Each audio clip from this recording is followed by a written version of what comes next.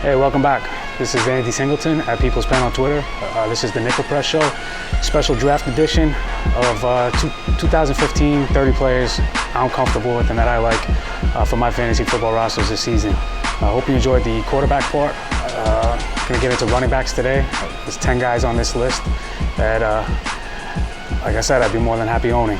I have to keep reminding myself that not everybody that are watching these videos have been completely immersed in football since the day the Super Bowl ended.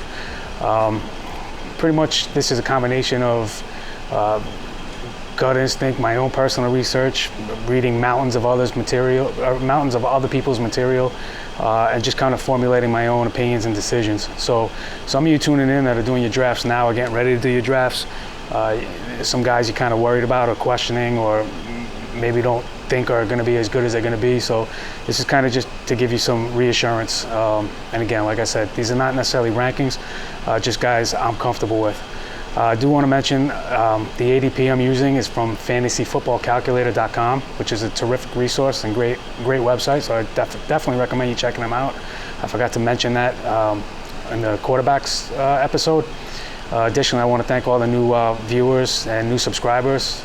Again, please, if you're enjoying these videos, subscribe to the channel, tell your friends about it, retweet it if you're on Twitter, and most importantly, leave your comments in the comment section so you can ask any specific questions you may have about a player, team, anything you might have, even if they're negative comments. All right, so let's get right into it. And the first guy on my list is Denver Broncos running back C.J. Anderson.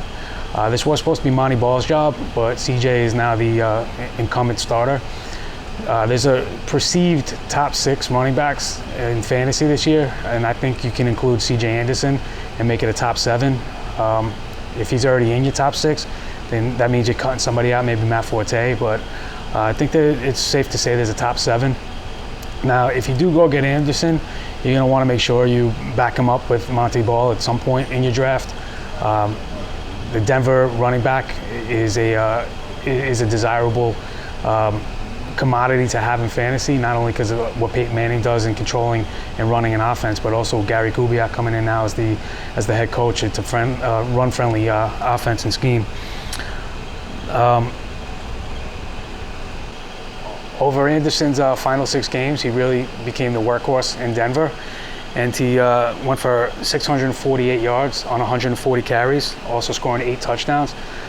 That was a 4.6 yards per carry average. That's something he can maintain, even if there's a slight regression. If he's getting in the neighborhood of 200, 250 carries, he's going to be over 1,000 yards, and the touchdowns surely will be there, especially when you factor in a guy like Julius Thomas is not in Denver this year. There might be more emphasis on the run game in the red zone. So I definitely like C.J. Anderson as a first-round pick, and somebody that you can get later in the first round, even early in second rounds in some drafts for the guys that are worried about taking him. Have no fear, C.J.'s your man. Second on this list is probably my favorite running back this entire season, and that's Jeremy Hill on the Bengals. Now, a lot of people are worried that Giovanni Bernard is going to cut into his carries, but when Giovanni Bernard went down last season, it opened the gate for Jeremy Hill to emerge and get running back 1 duties. For the final 9 games of the season, he rushed for 929 yards and 6 touchdowns, and that was over 172 carries. When Bernard came back, the two coexisted, and Hill was getting about 17, 18 carries a game, and Giovanni Bernard was getting about 10. I think you can expect that trend to continue in Cincinnati this year. I think Jeremy Hill is going to get about 20 carries per game, and Bernard will get about his 10. And now if Bernard's going hot, I'm sure they'll continue going to him, but for the most part, Jeremy Hill is going to continue to get those 20 or so carries a game, which puts him in line to certainly finish the year as a 1,000-yard back. And I think he also adds a number of touchdowns, which means he's going to challenge as a top 5 running back this season. So I definitely feel comfortable taking Jeremy Hill. He's currently going in the 2nd round. You could even make an argument that he could go in the 1st round, late in the 1st round. If he's your first running back, if he's your second running back, I think you got a solid core. So definitely don't worry about Giovanni Bernard in the Bengals offense. The two can coexist, and Jeremy Hill will have a terrific season. Coming in at number 3 is a controversial guy, and that's Joseph Randle on the Dallas Cowboys. Already, Darren McFadden's been named the starter for the Cowboys, but it's only a matter of time before Randle reclaims that. Could even be as early as week 1. We're still in the preseason now.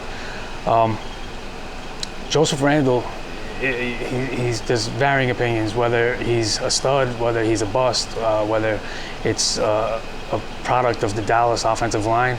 For the most part, I will say it is a product of the Dallas offensive line, but that is something that is legit and something that will definitely play to his strengths. And this is more of a gut thing, but Joseph Randle will be the guy in Dallas. I mean, how many times do we have to have signs point to Joseph Randle being the guy?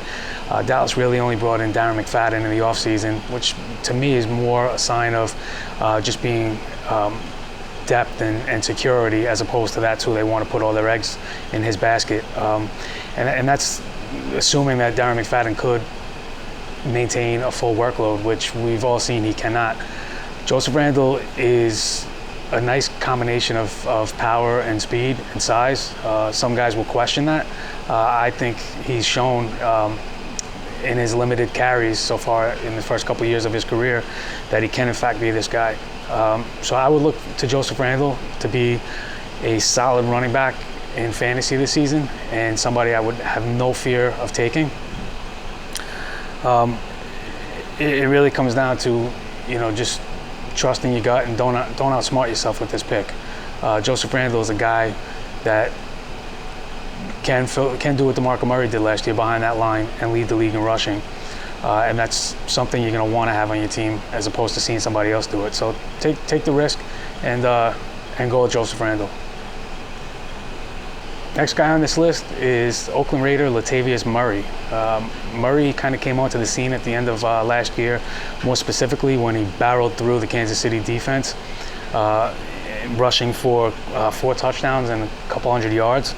Now, that's not something that's going to be expected on a week-to-week basis, but Murray is the number 1 guy in an emerging Raiders offense. You look at Dave Carr getting more familiar with the offense in the NFL. You look at Amari Cooper coming in, Michael Crabtree. They have a nice young nucleus in Oakland that's trending up, and Murray is that guy who will be getting the lion's shares of the carries. If you fear Trent Richardson, then maybe this is not the guy for you. But do we really need to go over that story again? Also, people worry about Roy Halou. Roy Halou is a nice third down, complimentary change of pace back, receiving option out of the backfield. But I don't expect him to get the early down work. And Latavius Murray is just a freak of nature. His power-speed combo, he's been compared in some circles to Adrian Peterson. And there's really a lot to like in what you see from Murray. Just go over some numbers real quick. He averaged 17 carries per game over the final four games of the season, totaling 258 yards. Even if he could just maintain that, you're looking at a 1,000-yard rusher. And again, he's got the upside of double-digit touchdowns, and he's got the incredible upside of getting more than 17 carries a game and being able to average, close to 100 yards per contest, which would put him among the league leaders. He's not a boom or bust guy. I think his floor is relatively safe this season as a running back 1, even whether it's a low end or a high end running back 2. But his upside is enormous, and it's another guy that you definitely are not going to want to miss out on. All right, now I can admit it's hard to have a guy from your favorite team on a list like this and not be accused of being a homer, but I do think Chris Ivory is going to have a terrific season. He has been part of committees. He came to New York originally to be a lead back, yet he's been part of committees, losing carries to Bilal Powell in his first year, and then last year with Chris Johnson. He's still got Powell to contend with in the backfield in New York, but I do believe this is the first year he surpasses 200 carries on the season. I think he gets more in the neighborhood of 220 to 240, 250. If you put that all together, he's going to be over 1,000 yards. He's flirted with it in his first couple years in New York. He's been in the mid-800s. But with those extra carries, he will push over 1,000 yards. And again, with those extra carries, he's going to be scoring a few more touchdowns. So he can approach 10 or more touchdowns this season. He's going currently around the running back 32, and he figures to be much more of a top 20 running back at the end of the season. So for where you can get him, it's tremendous value. And again, like, I'm not trying to sound like a homer, but Chris Ivory is definitely somebody you should feel comfortable rolling with this season. Number 6, Isaiah Crowell, Cleveland Browns. I say that kind of smirking because last year he was competing with Terrence West and Ben Tate. Now this season he's competing with Terrence West and Duke Johnson. Duke Johnson, we haven't seen much. He's already being proclaimed as the guy to own in Cleveland, but I want to know why people are so down on Crowell. What's happening with the coaching staff? Sure, it's taking its knocks at him, but I have to think these are more just to try to get under his skin and kind of build his character a little more, because I do believe that's the guy they want to be their running back number 1. He's still the starter in Cleveland at this time, and more impressively than that, he scored a touchdown on once every 20 touches as a rookie last season. Now that's the kind of production that will certainly get him more opportunities and more chances. So he's already the running back 1, and he's going to get those chances to prove that that wasn't a bust, or that wasn't a fluke rather. There's not a lot to dislike about Isaiah Crowell going forward. If you want to, buy into the Duke Johnson theories, then again, maybe Crowell is not the guy for you. But I'll gladly take him on my roster and be happy when he's continuing to score at the rate that he does and pile up yardage, getting more carries this season. Another second-year running back is Tre Mason, St. Louis Rams. Now, he's really taken a knock because the Rams went out and drafted Todd Gurley, who's supposed to be all-world and is all-world when he's healthy. But that's just it. Todd Gurley's still not 100% healthy, which has to worry you as a running back, and especially where you have to take him. He's going a full 2 rounds higher than Tre Mason. Now, Tre Mason didn't have a spectacular rookie season, but at the end of the day, it was pretty good. He had his ups and downs, but he still finished around 750 yards. He had a few touchdowns. He had a few 100-yard performances. All in all, I would say it was a pretty good season for a rookie, and which leads me to the question, if Todd Gurley wasn't in St. Louis, how much higher would you be thinking of Tre Mason this season? I mean, how much higher would you be drafting him? I would have to imagine he'd be going closer to the 4th or 5th round if he was the clear starter in St. Louis.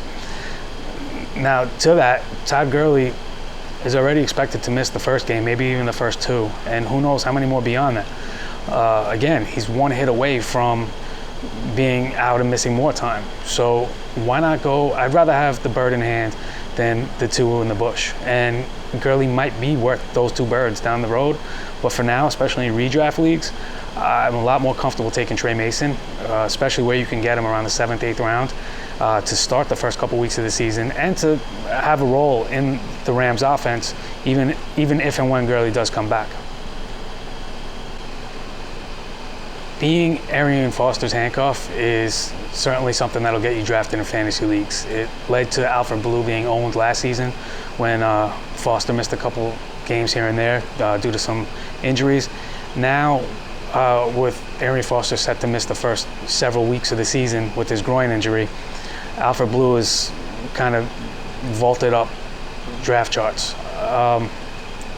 There is some question about him. He wasn't overwhelmingly dominant as a rookie. Jonathan Grimes and Chris Polk their names are getting thrown around as well. It's looking to be a running back by committee in Houston.